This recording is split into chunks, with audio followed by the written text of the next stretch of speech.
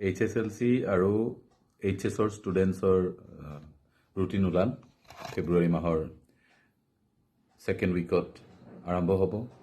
গতিকে সকলোকে শুভেচ্ছা জনাইছোঁ। এতিয়া কি কৰিব, বহুতেই স্কুললৈ যোৱা বন্ধ কৰিছে নিজে পঢ়িম বুলি, ঠিকে আছে, কিন্তু স্কুললৈ নগ'লে অনবৰত পঢ়া টেবুলত বহি থাকিবলৈ কেতিয়াবা হয়তো সেই উৎসাহ বা সেই ডেডিকেশ্যনটো নাথাকিব পাৰে। তাৰ কাৰণে এক কাম কৰিব পাৰা, তোমালোকে কি কৰিবা, আজিৰ পৰা ধৰা এই ডিচেম্বৰৰ পৰা জানুৱাৰীলৈকে 60 দিনৰ এটা প্লানাৰ বনাই ল'বা। প্লানাৰ মানে দৈনিক কি পঢ়িবা।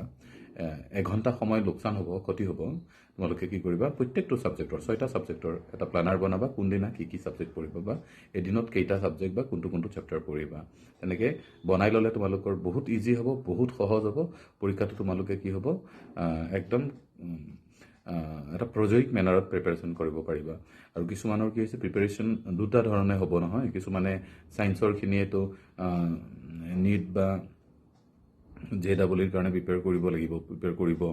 এটা ইনিচিয়েলি এতিয়া বৰ্ডৰ কাৰণে ভাবিব লাগিব। এই 2 মাহ সময়টো ডেফিনেটলি বৰ্ড থাকিব, আকৌ সেইটোও এটা চিন্তা থাকিব। সেইকাৰণে কৈছোঁ এটা প্ৰজয়িক মেনাৰত প্ৰিপেয়াৰ কৰা আৰু প্ৰিভিয়াছ ইয়েৰ কুৱেশ্যনছ লোৱা, প্ৰিভিয়াছ ইয়েৰ কুৱেশ্যন পেপাৰবিলাক লোৱা। প্ৰিভিয়াছ ইয়েৰ কুৱেশ্যন পেপাৰ প্ৰেক্টিছে বহুতখিনি সহায় কৰে, স্পেচিয়েলি HSLCৰ কাৰণে।